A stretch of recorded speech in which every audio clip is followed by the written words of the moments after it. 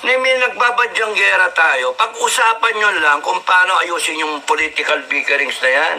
Because we're not really that prepared. Here you have a president, BBM, na nag-ayos ka ng alliances, no? Naglagay ka ng additional bases. Binuhay mo talaga at nandyan na ngayon, mga missile na nagbabadya, nakahanda na. May tropa pa eh, no? Yung mga nakaraan, predecessor, parang tinuyo yan, hindi serious, no? Pinakyu-pakyu pa nga yung Amerikano, di ba? So, granting kunyari natakot kayo, no? Natuwag kayo at kumuha kayo ng mga kakampi.